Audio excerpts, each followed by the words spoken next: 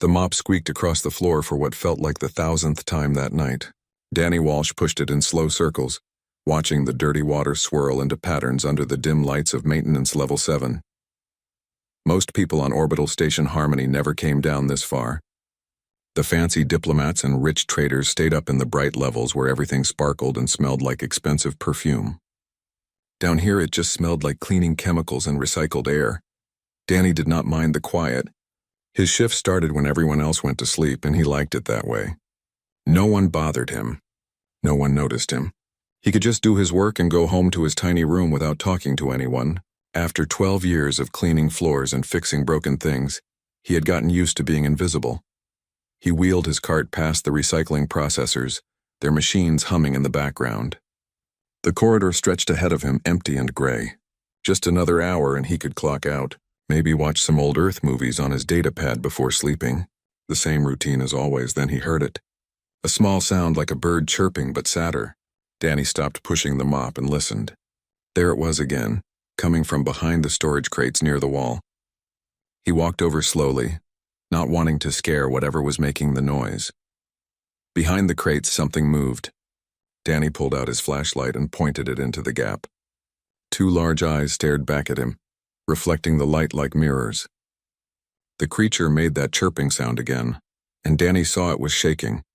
It looked like a tiny dragon from the old stories his grandmother used to tell him. Silver blue scales covered its body and small wings were pressed tight against its sides. The dragon was about the size of a house cat, with a long tail wrapped around itself. Its eyes were huge and frightened, and it made soft crying sounds that broke Danny's heart. Danny knew he should call security. The station had strict rules about alien creatures, especially important ones. But this little thing looked so scared and cold. It pressed itself further into the corner when Danny reached toward it, trembling harder. He sat down on the floor instead of reaching again. The dragon watched him with those big eyes, unsure what to expect. Danny moved slowly, taking off his work jacket. The station kept these lower levels cold to save energy, and the little dragon was shivering badly. Danny held out the jacket without getting closer. The dragon sniffed the air, its small nostrils flaring. After a long moment, it crept forward just a little bit. Danny stayed very still. The dragon came closer, step by tiny step, until it could touch the jacket with one claw. The material was still warm from Danny's body heat. The dragon suddenly rushed forward and wrapped itself in the jacket, disappearing into the fabric. Danny could see the small lump moving around inside, getting comfortable. Soft, happy chirping sounds came from the bundle. Danny smiled for the first time in weeks. He picked up the jacket carefully, feeling the weight of the small creature inside. It did not fight or try to escape. Instead, it settled against his chest like it belonged there. His stomach growled, reminding him that lunch break had passed hours ago. Danny had a sandwich in his cart, saved for later. He unwrapped it with one hand while holding the jacket bundle with the other. The dragon's head poked out, sniffing at the food with great interest. Danny tore off a small piece of the sandwich and offered it. The dragon looked at him, then at the food, then back at him. Its tongue flicked out and took the piece gently. It chewed with enthusiasm, making happy little sounds. Danny gave it more pieces until the sandwich was gone. The dragon licked his fingers clean, which tickled and made Danny laugh quietly. He looked at the time display on the wall. 30 minutes left in his shift. Danny made a decision that he knew was probably stupid. He could not leave this little creature down here alone in the cold. The station security would just put it in some holding cell while they figured out where it came from. The dragon would be scared and alone again. Danny finished his work as fast as he could, pushing the cart back to the storage room with one arm while holding the jacket bundle with the other. The dragon stayed quiet, seeming to understand it needed to hide. When Danny clocked out, his supervisor barely looked up from his datapad to wave goodbye. The walk to the worker habitation section took 15 minutes. Danny kept the jacket bundle hidden under his regular coat. His heart pounded every time someone passed him in the corridor, but no one paid attention to one more tired maintenance worker heading home after a long shift. His room was small, just a bed, a tiny bathroom, and a storage unit for his clothes, but it was warm and private. Danny set the jacket bundle on his bed and turned up the heater. The dragon crawled out and looked around the new space with curiosity. Danny grabbed his spare blankets and his only pillow, making a nest on the floor near the heater vent. The dragon watched everything he did with intelligent eyes that seemed too smart for such a young creature. When the nest was ready, the dragon climbed in without being asked. It circled 3 times like a cat, then curled into a tight ball. Danny sat on the edge of his bed watching the dragon settle in. Those big eyes looked up at him one more time, blinking slowly. A tiny claw reached out and grabbed the edge of Danny's pant leg, holding on tight. Within seconds, the dragon was asleep, its chest rising and falling in peaceful rhythm. Danny lay back on his bed without undressing. He was too tired and too worried about what morning would bring. But when he looked at the sleeping dragon, safe and warm for the first time probably in days, he knew he had made the right choice, even if it got him in trouble, even if it changed everything. He fell asleep with that small claw still gripping his pants, and neither of them let go until morning. Alarm lights flashed red across every screen in the maintenance break room. Danny dropped his toast and stared at the emergency broadcast scrolling across the display wall. His stomach twisted into knots as he read the words that he had been dreading since he woke up. Urgent station alert. Missing juvenile. Draconic entity. Diplomatic emergency. All personnel report any sightings to security immediately. The little dragon, still nameless, was curled up asleep in Danny's locker at that very moment. He had wrapped it in his spare uniform and left the locker door cracked open for air. His hands started to shake as he read more of the alert. The dragon belonged to Ambassador Silverscale's family, one of the most powerful dragon clans in the entire galaxy, and Danny had hidden it in his locker like a lost puppy. He was so incredibly stupid. Danny watched the security updates scroll past. They were searching the upper commercial levels, the diplomatic quarters, the docking bays. Nowhere in the alert did it mention the maintenance levels. Of course not. Important creatures did not wander down where the janitors worked. The station authorities probably did not even remember that people lived down here. His shift supervisor walked past, reading from his own data pad. The man barely glanced at Danny before moving on. Just another invisible maintenance worker among dozens. Danny realized that maybe being invisible could help for once. He finished his terrible breakfast and went to check on the dragon. When he opened his locker, the little creature chirped happily and climbed up his arm to perch on his shoulder. Its claws were careful not to scratch him. The dragon nuzzled against his neck, making soft purring sounds that reminded Danny of a happy cat. Danny knew what he should do. Walk straight to security. Explain everything. Return the dragon before this got worse. But every time he tried to make himself do it, he remembered how scared the little thing had been last night, how it had trembled in the cold, how it had grabbed his pants and held on like Danny was the only safe thing in the universe. The dragon chirped again and licked his ear. Danny sighed and grabbed his work gear. Maybe he could keep it hidden for just one more day while he figured out what to do. One more day could not make things that much worse, right? Wrong. Everything got complicated fast. The dragon refused to stay in the locker. Every time Danny tried to leave, it made such sad crying sounds that the other workers started to notice. Finally, Danny gave up and let it follow him. He found an old tool bag and the dragon climbed inside happily, poking its head out to watch everything with bright, curious eyes. Danny pushed his cleaning cart through the maintenance tunnels, trying to work like normal. The dragon watched from the bag, making soft comments in its chirping language. Sometimes it sounded like the dragon was asking questions. Other times it seemed to be pointing things out to Danny, chittering excitedly at interesting machinery. Near the coolant processing station, the dragon suddenly went wild. It scrambled out of the bag and ran toward a wall panel, scratching at it and making urgent, loud noises. Danny had never heard it sound so insistent. He opened the panel to calm the dragon down. Behind it, the coolant pipes were glowing orange in spots. Danny's blood went cold. Those pipes should never be hot. He checked his scanner and saw the readings were dangerously high. One of the regulators had failed and the backup had not kicked in. In another hour, maybe 2, the pipes would rupture and spray superheated coolant everywhere. 3 workers had lunch break in the room next door. The coolant would have killed them. Danny called it in immediately. The repair team showed up within minutes, shocked at how close the disaster had been. They kept asking Danny how he had found the problem. The scanners were not scheduled to check this section until next week. Danny just shrugged and said he got lucky. He did not mention the dragon sitting quietly in his tool bag, looking proud of itself.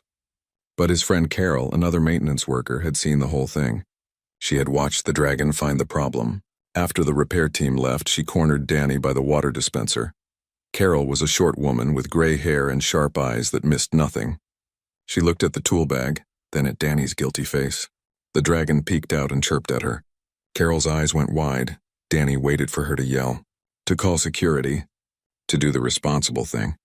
Instead, Carol started to laugh quietly. She reached out and the dragon sniffed her hand carefully before allowing her to scratch its head. "You found the missing VIP, did you?" Carol whispered. "The one that has security tearing apart the fancy levels?" Danny nodded miserably. Carol looked at the dragon again, watching how it pressed against Danny's chest and made happy sounds when he held it. "Poor little thing chose you, huh?" Carol said softly. "Can't really blame it. You are the only person on this station who notices when things need fixing, including scared baby dragons." She promised to keep the secret. By the end of the day, 4 other maintenance workers knew too. Not because Danny told them, but because the dragon kept helping. It found a leak in the water system that would have flooded the worker dormitories. It sensed an electrical problem before it could start a fire. Every time the dragon would get excited and insist Danny check something. The little creature could sense heat and energy in ways that no scanner could match. It was saving lives and did not even know it. By evening, the maintenance crew had adopted the dragon as their unofficial mascot. They took turns sneaking it treats from the cafeteria. Someone found an old heated pad for it to sleep on. Another worker gave Danny a better bag with air holes and padding. Danny carried the dragon back to his room that night, more confused than ever. It had been easier when he could pretend this was temporary, when he could tell himself he would return the dragon tomorrow. But now the little thing was teaching him words. Actual words in standard galactic language. "Warm," the dragon said clearly, snuggling into the heated blanket nest. Then it pointed at Danny with one tiny claw. "Safe." Danny's heart broke and healed at the same time. The dragon was learning so fast, understanding so much, and it thought Danny meant safety. After just 2 days, this little creature trusted him completely. The alert messages still flashed on his datapad. The ambassador was offering a huge reward. Security was expanding their search. Soon they would check everywhere, even the maintenance levels. Danny had maybe 1 or 2 more days before someone found them. He looked at the dragon, now almost twice as big as when he had found it. Growing fast on regular meals and warm sleep, it gazed back at him with complete trust and made a new sound. A rumbling purr that vibrated through its whole body. Danny had no idea what he was going to do, but he knew he could not let anyone take this little dragon away and lock it in some cold holding cell. Not when it looked at him like he hung the stars. Not when it said his name in its chirping voice over and over like it was the most important word in the universe. Danny safe. Danny warm. Danny home. He was in so much trouble, and he did not care at all. The inspection team appeared without warning during 3rd shift. Danny was teaching the dragon, who he had started calling Pip because of its chirping sounds, how to organize tools by size. Pip loved sorting things and would chirp happily each time it got the order right. They were so focused on the game that neither of them heard the footsteps. "What exactly is that?" The inspector's voice cut through the quiet maintenance tunnel like a knife. Danny turned slowly, his heart dropping into his stomach. Inspector Williams stood 3 meters away with 2 security officers behind him.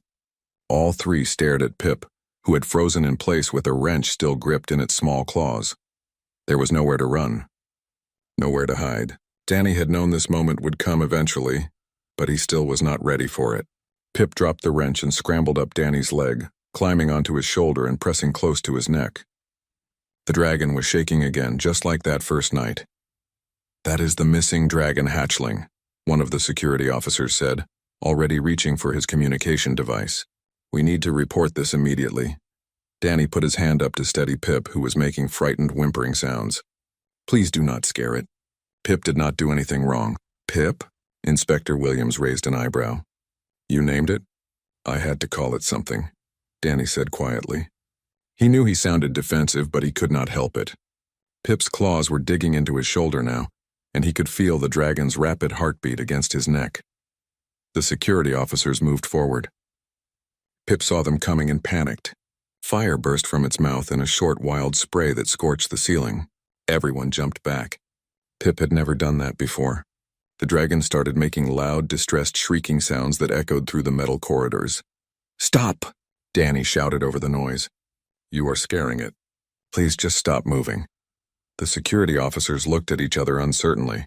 Pip was small, but dragonfire was still dangerous. Inspector Williams held up his hand, signaling them to wait. He watched as Danny slowly stroked Pip's head, whispering soft, calming words.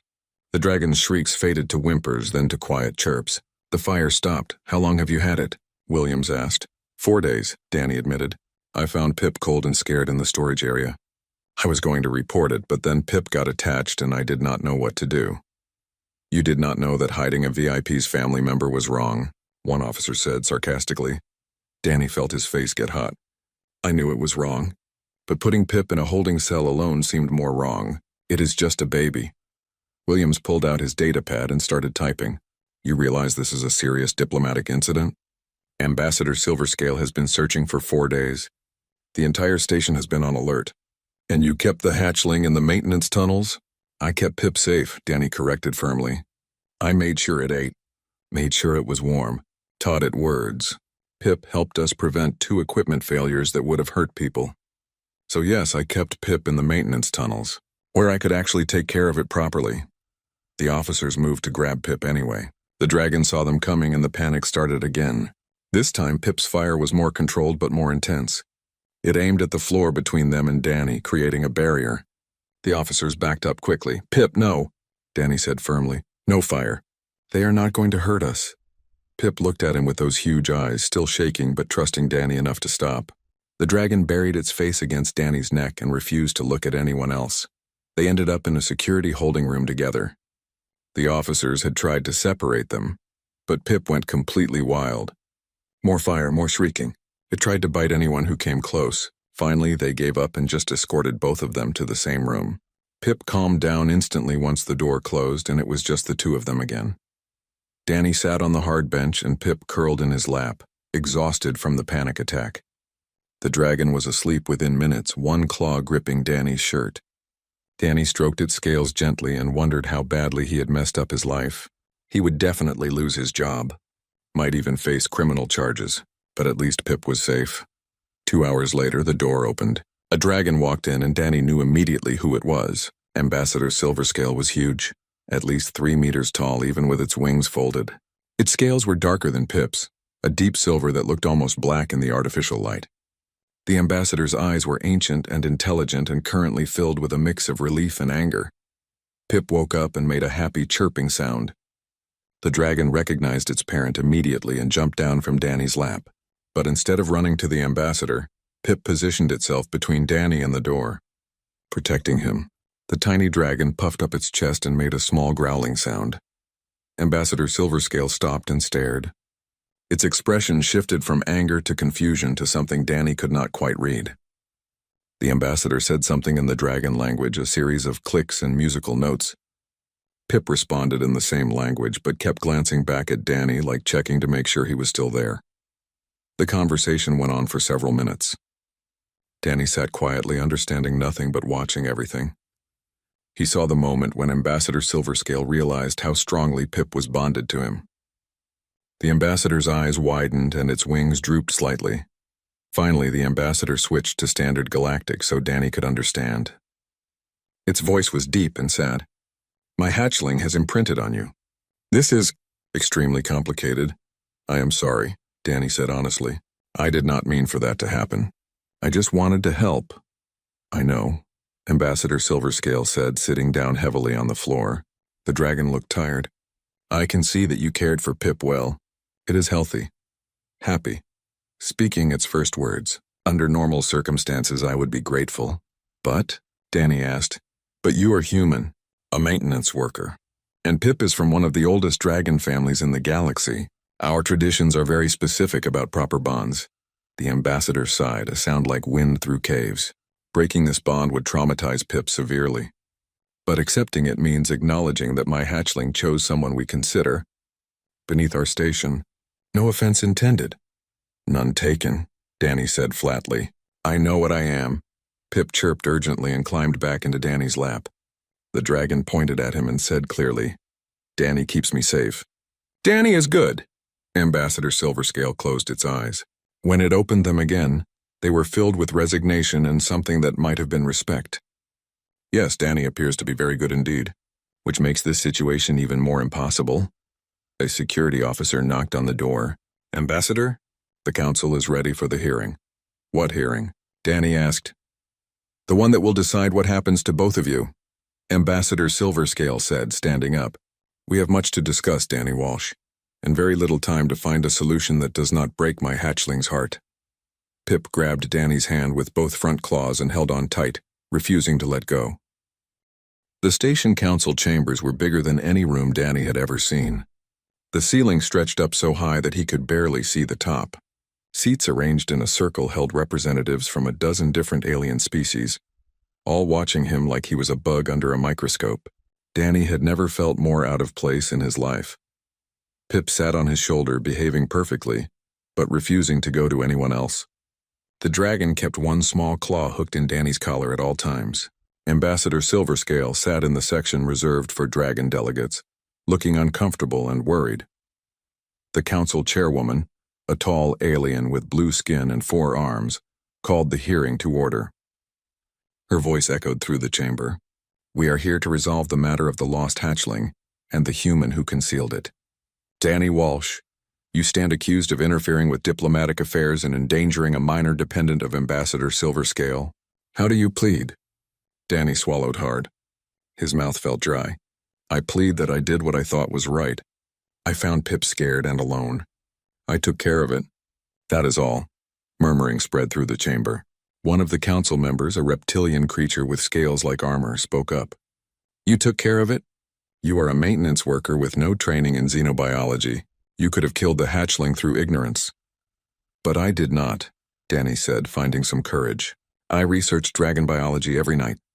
I made sure Pip ate the right foods. I kept it warm.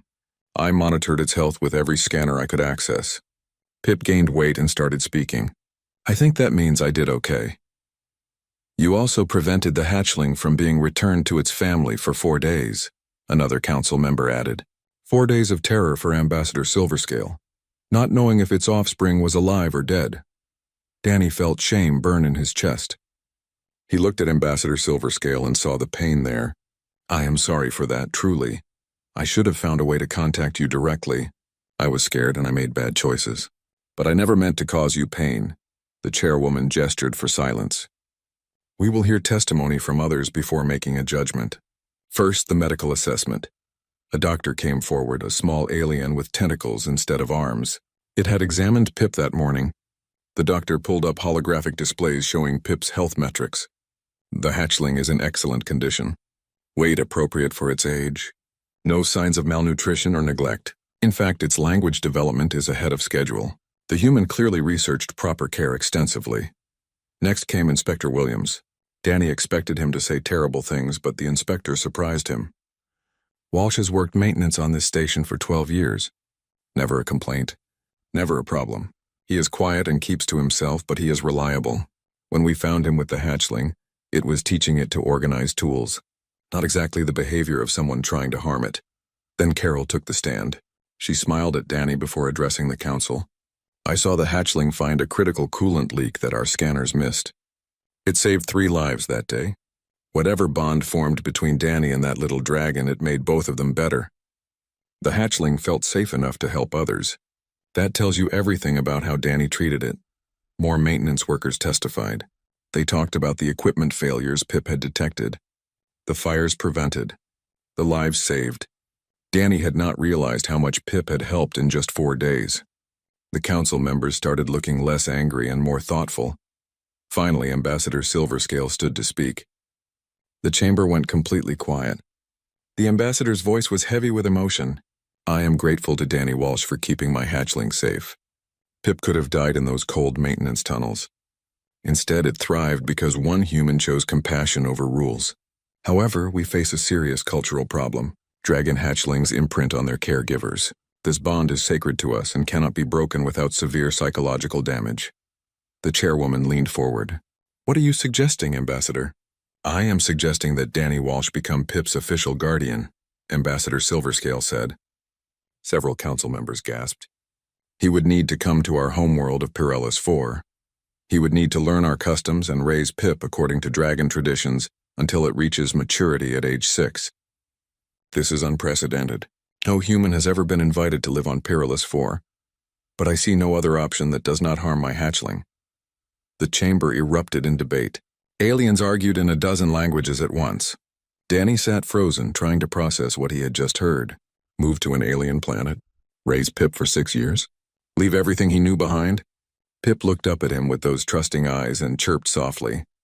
The dragon seemed to sense something important was happening. It pressed closer to Danny's neck, seeking comfort.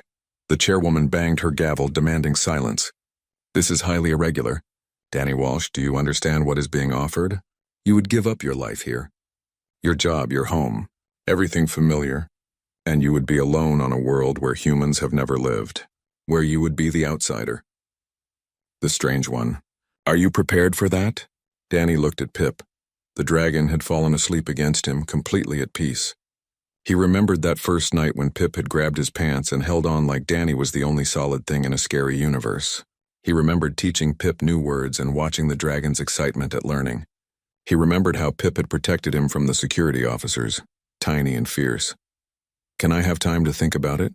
Danny asked quietly. You have 24 hours, the chairwoman said. This council will reconvene tomorrow at the same time for your answer. Until then, you and the hatchling will remain together under supervision. Dismissed. Security escorted Danny to a better room this time. It had a real bed and a window showing the stars outside. Pip woke up and explored the space with curiosity, chattering about everything it saw. The dragon did not understand that its whole future and Danny's hung in the balance. Danny sat by the window and watched ships come and go from the station. His entire life fit in one small storage locker.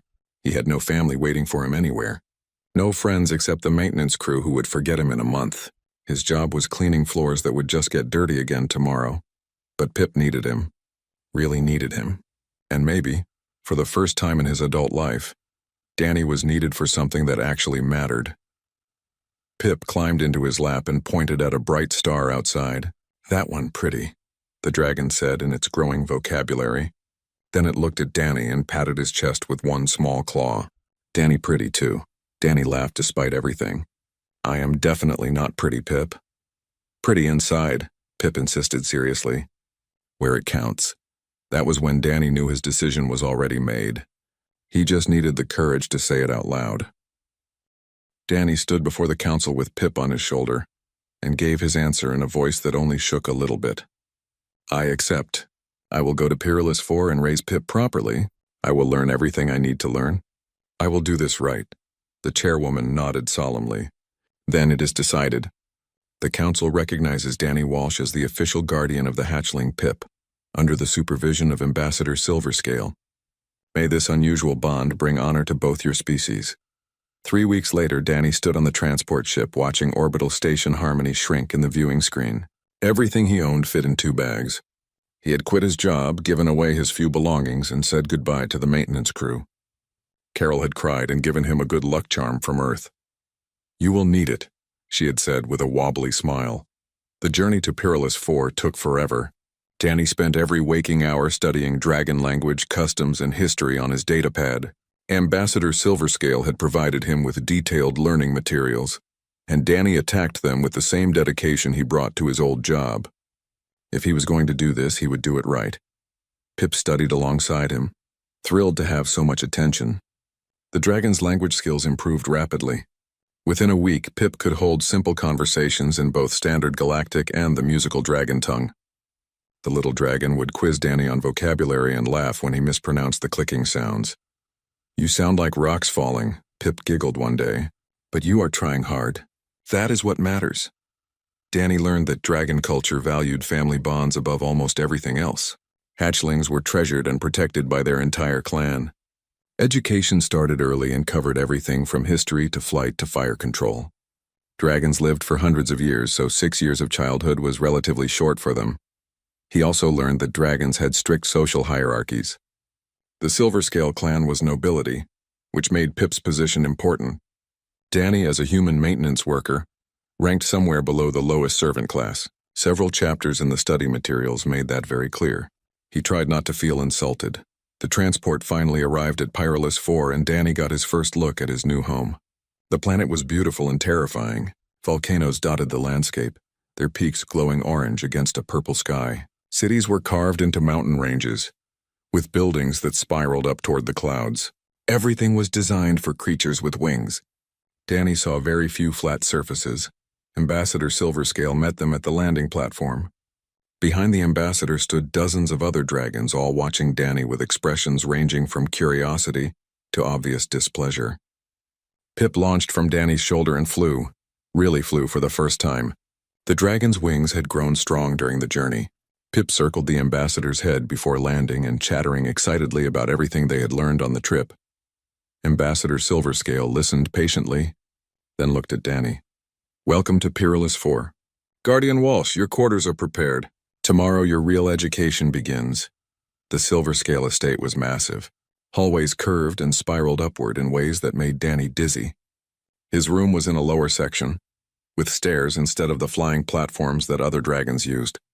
Someone had tried to make it comfortable for a human, with furniture at the right height and a temperature control that went lower than dragons preferred.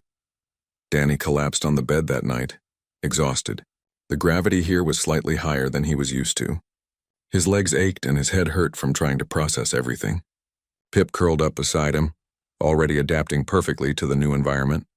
"You did good today," Pip said sleepily. "Tomorrow will be better." "You will see. Tomorrow was not better. It was harder." Danny started formal education alongside Pip and immediately fell behind. The dragon hatchlings his age, about 4 months old, were learning advanced mathematics and galactic history.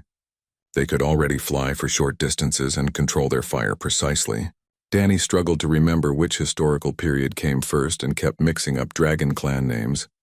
The other hatchlings stared at him constantly. Some whispered behind their claws. One bold young dragon asked loudly why Pip's guardian could not even fly. Pip got angry and snapped at the rude dragon, defending Danny fiercely. That started a small fight that the teacher had to break up. The teacher, an elderly dragon named Scales Like Copper, pulled Danny aside after class. "This will be difficult for you," the old dragon said gently. "You are learning what our hatchlings absorb from birth. Do not be discouraged. I see that you take extensive notes and ask thoughtful questions. That shows wisdom." Danny appreciated the kindness, but it did not make the lessons easier. He studied late into every night, reading by the light of his datapad while Pip snored softly. The dragon language made his tongue hurt from the strange sounds. The history had thousands of years to cover. The mathematics used systems he had never seen before. Weeks turned into months. Danny slowly, painfully started to understand more. He learned to recognize different dragon clans by their scale patterns. He memorized the major historical events and their significance. He even started to appreciate dragon poetry, which focused heavily on fire imagery and flight metaphors. The other adult dragons remained cold toward him. They acknowledged him because Ambassador Silverscale demanded it, but Danny could see the disdain in their eyes. He was the human, the outsider, the strange wingless creature who somehow ended up raising a noble hatchling. Only Scales Like Copper showed him genuine respect. The old scholar would spend extra time helping Danny understand difficult concepts. One evening, after a particularly frustrating lesson about dragon philosophy, the teacher stayed behind to talk. "You are doing better than you think," Scales Like Copper said. "I have taught for 200 years. I can recognize dedication when I see it. You love Pip truly. That matters more than perfect pronunciation." "The other dragons do not think so," Danny said tiredly. "They think I am ruining Pip somehow, making it less dragon." "Perhaps Pip is making you more dragon," the old scholar suggested with a rumbling laugh. "Has that occurred to you? You protect your hatchling. You work harder than anyone I have seen to learn our ways. You put Pip's needs before your own comfort. These are the most dragon behaviors possible." Danny had never thought of it that way. He looked over at Pip, who was practicing fire control with the other hatchlings. The little dragon had grown so much. Its scales shone brighter. Its wings were strong. And Pip was happy, confident, excelling in every subject. One day, the entire estate gathered for a festival celebrating the turning of seasons. Dragon families showed off their hatchlings' progress. Pip performed beautifully, reciting ancient poetry and demonstrating precise fire control. But at the end, instead of bowing to Ambassador Silverscale like tradition demanded, Pip flew to Danny and landed on his shoulder.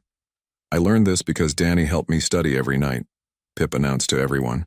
"Danny is the best guardian in the whole galaxy." "I am lucky," the gathered dragons murmured. Some looked shocked. Others looked thoughtful. Ambassador Silverscale watched Danny with an unreadable expression, then did something unprecedented. The ambassador bowed slightly toward Danny. Just a small dip of the head, but in dragon culture it meant respect. That night Danny sat on his balcony watching the volcanoes glow in the distance. Pip was asleep inside, exhausted from the festival.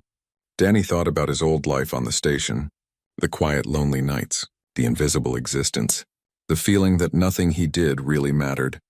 Now he was raising a dragon on an alien planet, learning in ancient culture, being changed by the experience in ways he could not fully understand yet. It was hard. It was lonely sometimes. But when Pip called him the best guardian in the galaxy, Danny felt like he finally understood what his life was supposed to be about. Not cleaning floors, not being invisible, but being there for someone who needed him, being brave enough to choose love over comfort, being proof that family had nothing to do with biology and everything to do with showing up every single day and trying your absolute best. Danny smiled and went inside to sleep. Tomorrow there would be more lessons, more struggles, more suspicious dragons judging him. But there would also be Pip, counting on him, trusting him, loving him without hesitation. That made everything worth it. 1 year after Danny arrived on Peerless 4, a formal challenge was filed against his guardianship. Danny learned about it when Ambassador Silverscale summoned him to a private meeting, looking more serious than Danny had ever seen. "A group of traditional clan leaders have demanded a hearing before the Grand Council of Worms," the ambassador explained. "They claim that Pip is being raised improperly, that it will never be a true dragon under your care. They want to dissolve the guardianship arrangement." Danny felt his stomach drop. "Can they do that?" "We have been doing everything right. Pip is top of its class. Everyone says so. Achievement is not their concern," Ambassador Silverscale said sadly. "They believe that only a dragon can teach a dragon to be truly dragon. You are human. Therefore, by their logic, you fail by default. We must present ourselves before the Grand Council in 3 days. Both you and Pip will be tested." Those 3 days passed in a blur of anxiety and preparation. Pip, now much larger and more confident, seemed less worried than Danny. The dragon had absolute faith that everything would work out. Danny wished he could feel the same. The Grand Council chamber made the Station Council look tiny. It was carved from the inside of an extinct volcano, with seats rising in tiers around a central platform. Hundreds of ancient dragons filled the space, their scales showing every color of fire and metal. The air itself felt heavy with their combined presence and power. 5 elder dragons sat in the highest positions. These were the oldest and most powerful worms in existence, each over 1,000 years old. Their leader, a massive dragon with scales like burnished gold, introduced himself as Flame of Ages. His voice echoed like thunder. "We have gathered to judge the unusual guardianship of young Pip Silverscale," Flame of Ages announced. "The traditionalist faction believes this arrangement dishonors our customs. They will present their case first." An imposing dragon with dark red scales stood to speak. His name was Stoneheart, and he did not waste time with politeness. "Look at this human. Wingless, small, weak. How can such a creature teach a dragon hatchling about flight? About fire? About the glory of our heritage? This arrangement is an insult to the Silverscale clan and to all dragonkind." Other traditionalists spoke, each one listing reasons why Danny was inadequate. He could not fly, could not breathe fire, did not understand dragon instincts, would raise Pip to be soft and human-like instead of strong and dragon-like. Some of their arguments hurt because parts were true. Danny would never fly or breathe fire. He was teaching Pip things from his own experience, which included human compassion and human values. Finally, it was Danny's turn to speak. He walked to the center platform with Pip at his side. His legs shook, but his voice came out steady. "I cannot argue with many of their facts. I cannot fly, and I never will. I cannot breathe fire. I am teaching Pip about humans as well as dragons. But I can argue with their conclusion. Pip is not less dragon because of me. Pip is more complete." Stoneheart laughed mockingly. "More complete? Explain this foolishness." Danny looked at Pip, who nodded encouragingly. "Pip speaks 3 languages fluently. understands mathematics better than I do, can recite your historical texts from memory, flies beautifully and controls fire with precision. By every dragon measure, Pip excels. But Pip also understands kindness, helps others without being asked, sees value in all creatures, not just dragons. Is that not valuable too? That is weakness, Stoneheart said flatly. Dragons should be strong, proud, superior. Pip is strong, Danny said firmly. Strong enough to be gentle, proud enough to help those in need, superior enough to bridge worlds instead of building walls between them. Flame of Ages held up one massive claw for silence. Impressive words, human.